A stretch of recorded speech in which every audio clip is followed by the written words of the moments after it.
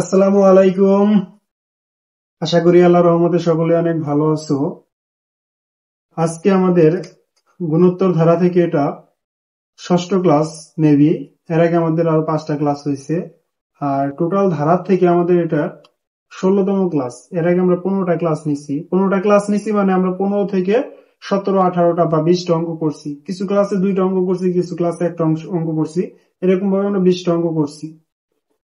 গুণোত্তর ধারা থেকে আমরা গতদিন সমষ্টি নির্ণয় সম্পর্কে আইডিয়া নেওয়া শুরু করছি। এর আগে আমরা শুধু পদ নিয়ে আলোচনা করছি, কিন্তু গত ক্লাসে আমরা সমষ্টি নির্ণয়ের কথা বলছি। আজকে আমরা সমষ্টি নির্ণয়ের ম্যাথগুলা দেখবো, আরো কিছু ম্যাথ দেখবো। গত ক্লাসে তো দেখছি আমরা 2টা অঙ্ক দিচ্ছি, আমি করছি, আর 2টা অঙ্ক তোমাদের বাড়ির কাজ দিছিলাম।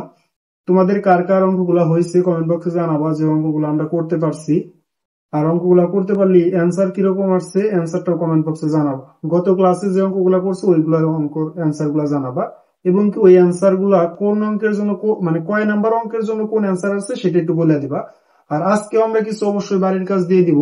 দেখি, আমাদের এখানে আমি 3টা সূত্র লেখা রাখছি। দেখো, এখানে আমি কয়টা সূত্র লেখা রাখছি? 3টা সূত্র লেখা রাখছি। এই 3টা সূত্র সম্পর্কে আমি কিন্তু তোমাদের পড়াই নাই এখনো। এই 3টা সূত্র কি আমি তোমাদের পড়াইছি কখনো? না। দেখো, বলছে n সংখ্যক স্বাভাবিক সংখ্যার সমষ্টি। n সংখ্যক স্বাভাবিক সংখ্যার সমষ্টি। এখন স্বাভাবিক সংখ্যা কোনগুলা? স্বাভাবিক সংখ্যা এরকম না, 1, 2, 3, 4, এগুলো আমাদের স্বাভাবিক সংখ্যা। এগুলো আমাদের কি স্বাভাবিক সংখ্যা, মানে এরকম ভাবে আনলিমিটেড পর্যন্ত যত যাইতে পারে এটা আমাদের কি স্বাভাবিক সংখ্যা। ইংলিশে আমরা কি ইউজ করি? স্বাভাবিক সংখ্যাকে কি দ্বারা প্রকাশ করি? n দ্বারা, মানে কি ন্যাচারাল নাম্বার। ন্যাচারাল নাম্বার বা স্বাভাবিক সংখ্যা। স্বাভাবিক সংখ্যার সমষ্টি, স্বাভাবিক সংখ্যার মানে n সংখ্যক স্বাভাবিক সংখ্যার সমষ্টি, মানে কি এখানে 10টা স্বাভাবিক সংখ্যা থাকতে পারে, মানে 1 থেকে 20 পর্যন্ত নিলাম, বা 1 থেকে 30 পর্যন্ত নিলাম, তাহলে স্বাভাবিক সংখ্যা কয়টা আসলো? এরকম ভাবে আমরা স্বাভাবিক সংখ্যা নিয়ে যদি আমাদের সমষ্টি নির্ণয় করতে বলে তখন আমরা এই সূত্র ইউজ করব। তারপরে আমাদের যদি বলে কখনো n সংখ্যক স্বাভাবিক সংখ্যার বর্গের সমষ্টি। এখন বর্গের সমষ্টি বলতে আমাদের এই ধারাটা যদি এরকম হইতো, ধরো আমাদের ধারা যদি এরকম হইতো 1 square plus 2 square plus 3 square plus 4 square. এখন দেখো এখানে আমরা যে স্বাভাবিক সংখ্যার বর্গের সমষ্টি, দেখো 1, 2, 3, 4, এগুলা কি আমাদের স্বাভাবিক সংখ্যা। এগুলো আমাদের কি স্বাভাবিক সংখ্যা। এখন এইগুলা যদি স্বাভাবিক সংখ্যা হয়, তাহলে বলছে কি স্বাভাবিক সংখ্যার বর্গের সমষ্টি। স্বাভাবিক সংখ্যার কি? স্বাভাবিক সংখ্যার বর্গের সমষ্টি। এখন স্বাভাবিক সংখ্যার বর্গ মানে কি? স্বাভাবিক সংখ্যা কত? 1, 2, 3, 4, এগুলোর কি বর্গের সমষ্টি। এর সূত্র কি? n into n plus 1 into 2n plus 1 by 6। এগুলো তোমাদের ক নাম্বার প্রশ্নের মধ্যে আসে। পড়াতে চাইছিলাম না, কিন্তু ক নাম্বার প্রশ্নের মধ্যে যেহেতু আসে, যার কারণে কিন্তু এই 3টে সূত্র পড়ানো হইতেছে। এই 2 নাম্বার সূত্রটা সব থেকে বেশি ইম্পর্টেন্ট। এই 2 নাম্বার সূত্র যেটা লিখছি, এটা 7 স্টার, এটা 7 স্টার। এই সূত্রটা তোমাদের ক নাম্বার প্রশ্নে অনেক বেশি আসে। তারপরে দেখো n সংখ্যক স্বাভাবিক সংখ্যার ঘনের সমষ্টি। ঘন মানে কি? কিউব করা না? তাহলে এখন এটা কি আসবে? ঘন মানে কি? কিউব করা। তাহলে আমরা কি করব? 1 cube, 2 cube, 3 cube, 4 cube, 1 cube plus 2 cube plus 3 cube plus 4 cube.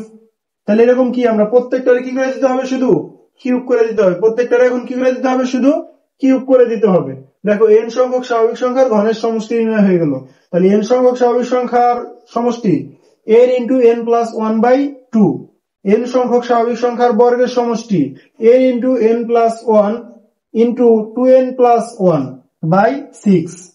n সংখ্যক স্বাভাবিক সংখ্যার ঘনের সমষ্টি n into n plus 1 by 2, এই সম্পূর্ণর উপর কি একটা হোল স্কয়ার, সম্পূর্ণটুকুর উপর কি হবে একটা হোল স্কয়ার হবে। এখন দেখো আমাদের যে এখানে দুইটা অঙ্ক দেওয়া আছে, একটা log 2 প্লাস log 2 4, মানে log 4 প্লাস log 8 প্লাস ধারা, মানে এটা একটা ধারা হলে ধারাটির প্রথম 10টি পদের সমষ্টি কত, ধারাটির 10টি পদের সমষ্টি। এখন যদি আমাদের এইরকম আসে তাহলে এই সূত্র ইউজ করবো, মানে ধারাটাকে ভাঙানোর পরে যদি এইরকম ভাবে আমি সাজাইতে পারি, এইরকম ভাবে এই বর্গের সমষ্টি আকারে সাজাইতে পারি তখন আমি এই সূত্র ইউজ করবো, যদি ঘনের আকারে সাজাইতে পারি তখন আমি এই সূত্র ইউজ করবো।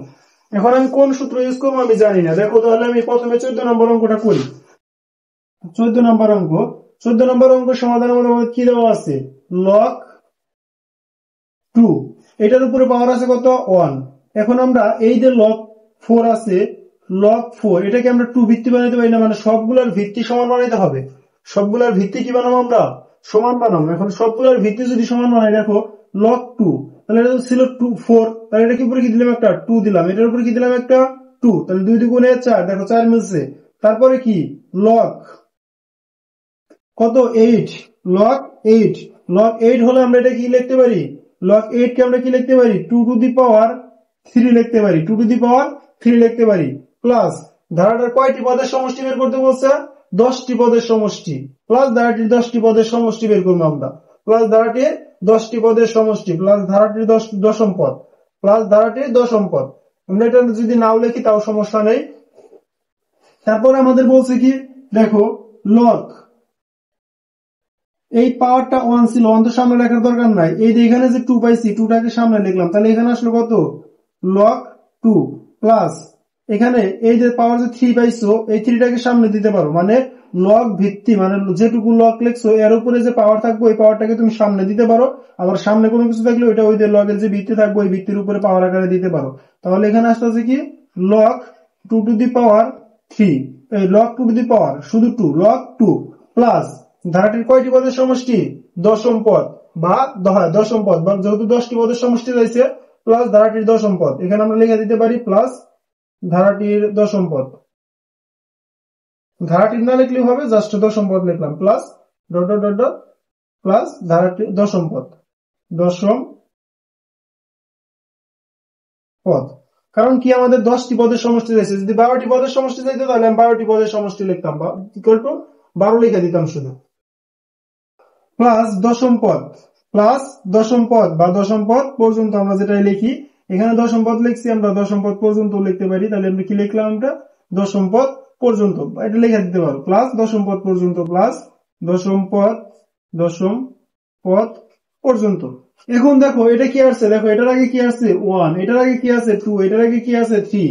এখন দেখো তো কোনটার সাথে মিলতেছে, এই যে স্বাভাবিক সংখ্যার জন্য কি ছিল 1 প্লাস 2 প্লাস 3, এটার সাথে মিলতেছে না, তাহলে আমার সূত্র আসবে কোনটা, এটা আসবে সূত্র। এখন এটা সূত্র আসার আগে আমরা এখান থেকে আরেকটা কাজ করি, আমরা এখানে দশম পদ না লিখলে হয়তো আমাদের দশম পদ লেখার প্রয়োজন নেই, তাহলে এখানে আমরা লিখতে পারতেছি, এখানে log 2 ছিল, এখানে প্লাস হবে না, আমরা উলট পালট লিখি কি জন্য প্লাস এখানে। এখন দেখো আমরা লিখতে পারি না, তাহলে এই যে log 2 মানে এখানে তো 2 আছে একটা, হ্যাঁ 2 আছে, আর এই যে log 2 সবগুলো আমাদের log আছে না, তাহলে আমরা যদি log কমন নেই, তাহলে এখানে কি থাকতেছে 1 plus 2 plus 3 into plus into দিয়ে দিলাম, আমরা কি থাকতেছে এখানে log 2, কি থাকতেছে আমাদের log 2। যদি log 2 থাকে না, প্লাসটা এখানে না দেয়, প্লাসটা এখানে দিয়ে দিই, log 2। এখান থেকে আমরা যদি এই log 2 টা কমন নিয়ে নিই, তাহলে log 2 কমন নিলে এখানে কি থাকবো, এই log 2 তো কমন নিয়ে গেলাম, থাকলো কত 1 প্লাস log 2 কমন নিয়ে গেছি, থাকলো কি 2 প্লাস log 2 কমন নিয়েছি, থাকলো কত 3 প্লাস প্লাস ছিল প্লাস log 2 তো কমন নিয়েছি, তাহলে আমরা কি কমন নিয়েছি log 2 লিখলাম কত পর্যন্ত, দশম পদ পর্যন্ত। দেখো এইটা আমাদের এই নিয়মে সাজছে না। এখন আমরা কি করব, শুধু n সংখ্যক স্বাভাবিক সংখ্যার সমষ্টি নির্ণয়ের যে সূত্র আছে সূত্রটা বসায় দিব, n সংখ্যক স্বাভাবিক সংখ্যার সমষ্টি নির্ণয়ের যে সূত্র আছে সূত্র অনুযায়ী বসায় দিব। যদি সূত্র অনুযায়ী বসায় দেয় তাহলে কি আসবো, দেখো এখানে কি আসতেছে, n এর মান কত বলছে 10টি সংখ্যক পদের সমষ্টি, 10টি সংখ্যক পদের সমষ্টি। তাহলে তুমি লিখবা, আমরা জানি, কি লিখবা এখানে,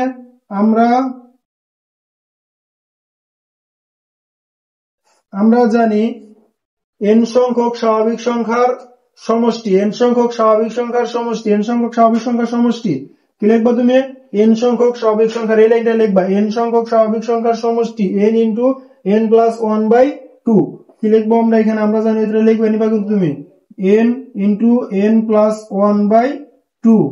এখন এখানে আমাদের n এর মান কত, এখানে আমাদের n এর মান কত, n এর মান আমাদের 10, কারণ কি 10 সংখ্যক পদের সমষ্টি, 10 প্লাস 1 ভাগ 2 ভাগ 2। কি ছিল, একটা log 2 ছিল না, log 2 দিয়ে দাও, log 2। এখন এখানে আমাদের কি আসতেছে, 10 আর 10 আর 1 11 গুণন 11 ভাগ 2 আসতেছে কত, log 2। এখন দেখো এই 10 আর 11 গুণ করলে কত হয়, 10 আর 11 গুণ করলে 110, 110 কে যদি তুমি 2 দ্বারা ভাগ করো কত আসবে, 55 আসবে না। ক্যালকুলেশন গুলো তোমরা করো, ক্যালকুলেটর নেই তো আমার কাছে, কত আসবে, 55 আসবে মেবি, কারণ কি আমাদের এখানে আসতে আছে 111, একটা শূন্য নিলাম, 2 দ্বারা ভাগ করবো, 2 দ্বারা ভাগ করলে এখানে 10 2 দ্বারা কাটলে, মানে একবার 110 2 দ্বারা কাটলে 55, 55, হ্যাঁ 55 আসে, 55 দুগুণে 110, তাহলে 55 log 2। তাহলে এটা আমরা কি করলাম, এইভাবে লিখলাম, মানে এই লগটাকে সাজাইলাম। এই অঙ্কগুলো তোমার সিকিউ কখনোই আসবে না, যে এত সুন্দর করে এত কিছু করতে হবে এগুলো না, যদি আসে কখনো এমসিকিউ তে আসতে পারে। এখন দেখো পরবর্তীতে যে লগের অঙ্কটা আছে, এই অঙ্কটা আমরা কিভাবে করতে পারি। দেখো পরবর্তীতে লগের অঙ্কটা আমরা কিভাবে করবো, এখন পরবর্তী লগের অঙ্ক মানে আমাদের কি আছে, আমাদের বলছে 15 নাম্বার log 2, হ্যাঁ লিখলাম log 2 প্লাস log 16, তাহলে আমি 2 মিল করবো, যদি 2 মিল করি তাহলে আমি লিখতে পারি কি, log 2 কে আমরা লিখতে পারি কি, এই 2 টু দি পাওয়ার কত লিখতে পারি, 4, তাহলে 16 আসে না, 16 আসলো, plus log 2 to the power 2 to the power 8, 2 to the power 8, 2 to the power 8 করলে কত আসে, 256, মেবি 2 টু দি পাওয়ার 8 করলে মেবি 256 আসবো। এখন দেখো এইটার উপরে, এই যে এখানে এই সংখ্যাগুলোকে যদি আমরা সামনে নিয়ে আসি, মানে এটার উপরে কি আছে পাওয়ার, মনে মনে 1 আছে, এটার উপরে কি 4, এটার উপরে 8, এগুলাকে যদি আমরা সামনে আনি, এইগুলাকে যদি আমরা সামনে আনি, তাহলে আমরা এটাকে কিভাবে লিখতে পারি, 1 log, 1 তো লেখার দরকার নেই, 1 log 2 প্লাস 4টা সামনে আনলাম, 4 কে আমি লিখতে পারি 2 স্কয়ার লিখতে পারি না, 4 কে আমি কি লিখতে পারি 2 স্কয়ার, মানে এই যে এটার মতো আসবে, এটার মতো মিলতেছে আমাদের। তারপরে দেখো এখানে কি ছিল, একটা log, log দাও, log 2 প্লাস এই 8টাকে যদি সামনে আনি আমরা কি লিখতে পারি, 2 টু দি পাওয়ার 3, আস্তে আস্তে কি log 2 টু দি পাওয়ার 2, শুধু কি একটা আছে log 2। দেখো এটাকে আমি এই লগটাকে আমি, মানে এখানে যে ধারাটা দেওয়া ছিল, ধারাটাকে আমি এইভাবে সাজাইলাম। এখন এইভাবে সাজানোর পরে দেখো তুমি একটা ধারা, সুন্দর একটা ধারা পাইছো। কি পাইছো, দেখো এই সংখ্যাগুলোকে তুমি যদি log 2 কমন নাও, তাহলে পাইতেছো 1 স্কয়ার দিলেও চলে, না দিলেও চলে, প্লাস 2 স্কয়ার প্লাস 3 স্কয়ার দেওয়ার পরে এখানে আমাদের কি থাকতেছে, log 2, log 2, log 2 থাকতেছে, এটা আমি পাইতেছি না। এখন আমি এইটা পাইলাম না ধারা, এখন আমাদের ধারাটা কিরকম আসলো, এরকম। এখন এটা কার সাথে মিলতেছে, এই সাথে মিলতেছে, এরকম সূত্র কোনটা আছে আমাদের, এই এখানে যে সূত্রটা ছিল, এই সূত্রটা ছিল। তাহলে আমরা লিখবো সমান্তরাল ধারার n সংখ্যক স্বাভাবিক সংখ্যার বর্গের সমষ্টি, সমান্তরাল ধারার n সংখ্যক স্বাভাবিক সংখ্যার বর্গের সমষ্টি। লেখার পরে আমরা কি লিখবো, n এর মান কত, কত সংখ্যক পদের সমষ্টি হয়েছে, 12টি পদের সমষ্টি। তাহলে n এর মান কত আমাদের 12, n এর মান কত 12, 12 into 12 plus 1, 12 plus 1 into 2 into 12 plus 1 ভাগ কত 6, ভাগ কত 6। তাহলে এখানে আসতেছে কত 12, আমরা যদি এটা কাইটা দিই, এখানে যদি 6 দুগুণে 12, তাহলে এখানে থাকতেছে কত 2, এখানে থাকতেছে কত 13 ইন্টু এটার সাথে এটা গুণ করলে 6 দুগুণে 12 আর 1 কত, 12 দুগুণে 24 আর 1 কত 25। তাহলে আমরা 13 দুগুণে 26, 26 এটা দ্বারা গুণ করলে যে অ্যান্সারটা আসে, অ্যান্সারটা আমাদের কি, এটার অ্যান্সার। তুমি এইখান থেকে তোমাদের মেন কথা হইলো এই অঙ্কগুলার, আমি এই অঙ্কগুলা তোমাদের করাবো, এটা মেন কথা না। এখান থেকে এই অঙ্কগুলা করার আগে তোমার মেন কাজটা হলো এই অধ্যায় থেকে এই 3টা সূত্র মুখস্থ করবা, এই 3টা সূত্র মুখস্থ করবা। কারণ কি, এই অধ্যায় থেকে ক নাম্বারে চাবো যে n সংখ্যক স্বাভাবিক সংখ্যার ঘনের সমষ্টি লেখো, মানে তোমাদের ক নাম্বারে বলবো n সংখ্যক স্বাভাবিক সংখ্যার ঘনের সমষ্টি লেখো। সব থেকে বেশি আসে n সংখ্যক স্বাভাবিক সংখ্যার বর্গের সমষ্টি, n সংখ্যক স্বাভাবিক সংখ্যার বর্গের সমষ্টি লিখতে বলে, সো এটা সব থেকে বেশি ইম্পর্টেন্ট। তারপরে n সংখ্যক স্বাভাবিক সংখ্যার ঘনের সমষ্টি, এই দুইটা বেশি আসে, স্বাভাবিক সংখ্যাটা খুব বেশি আসে না, এটা সংখ্যাটা খুব বেশি আসে না। সো এই তিনটা সূত্র খুব ভালো করে শিখবা ক নাম্বারের জন্য, খুব ভালো করে শিখে রাখবা, ক নাম্বারে এটা আসতে পারে। আচ্ছা, পরবর্তী ক্লাস থেকে আমরা সৃজনশীল অঙ্ক পড়ানো শুরু করে দিব। ততক্ষণ তোমরা সবাই ভালো থেকো, সুস্থ থেকো, আর ক্লাসগুলো সবাই মনোযোগ সহকারে করে নোট করো। কারণ আমরা প্রত্যেকটা ক্লাসের আগে এবং কি পরে, মানে কখন কি পড়াইতেছি সে অনুযায়ী তোমাদের সূত্র পড়াইতেছি। দেখো, আমি তোমাদের প্রথমে যখন পদ পড়াইছি, পদ নির্ণয়ের সূত্র শিখাইছি, ধারণ নির্ণয়ের সূত্র শিখাইছি। তারপর যখন আমি সমষ্টি পড়াইলাম, তখন আমি সমষ্টি নির্ণয়ের যে সূত্র ছিল ওই সূত্র দিতে পড়াইলাম। আজকে আমি স্বাভাবিক সংখ্যার সিস্টেমের অঙ্ক আছে, আমি কি কারণে স্বাভাবিক সংখ্যার সমষ্টি নির্ণয়ের সূত্র পড়াইলাম, বর্গের সমষ্টি নির্ণয়ের সূত্র পড়াইলাম, ঘনের সমষ্টি নির্ণয়ের সূত্র পড়াইলাম। তাহলে দেখো, আমাদের যখন যে সিস্টেমের ম্যাথ গুলো আসবে, আমাদের কি ওই সিস্টেম অনুযায়ী ওই রকম ভাবে অঙ্কগুলা শিখতে হবে। তুমি যদি ওই রকমই শিখতে পারো তাহলে অঙ্কগুলা তোমার জন্য খুব ইজি হবে। মানে তুমি সূত্রগুলা যদি এই অঙ্কগুলা করতেছো, তার আগে এই সূত্রগুলা লিখে রাখলো, তার মানে তুমি অঙ্ক পড়ার টাইমে বলতে পারবা যে এই ম্যাথ গুলো আসলে গেলে এই সূত্রগুলো অ্যাপ্লাই করতে হবে, এই ম্যাথ গুলো আসলে গেলে এই সূত্রগুলো অ্যাপ্লাই করতে হবে। তাতে তোমার জন্য অনেক ইজি হয়ে যাবে। আর তুমি যদি সব সূত্র একসাথে লেখো, কোন সূত্র কোথায় ইউজ হয় এটাই ধরতে পারো না, বলো যে এটা কোথায় ইউজ করবো, আমি এটাই কোথায় ইউজ করবো এটাই ধরতে পারো না। এই কারণে আমরা যখন যে সূত্র পড়তেছি, সূত্রের সাথে সাথে কিছু করে ম্যাথ করে শিখে রাখতেছি, যাতে এই সূত্র দিয়ে আসলে গেলে এই টাইপের ম্যাথ আসবে, এর বাইরে কোনো কিছু আসবে না। আচ্ছা, সবাই ভালো থেকো, আসসালামু আলাইকুম।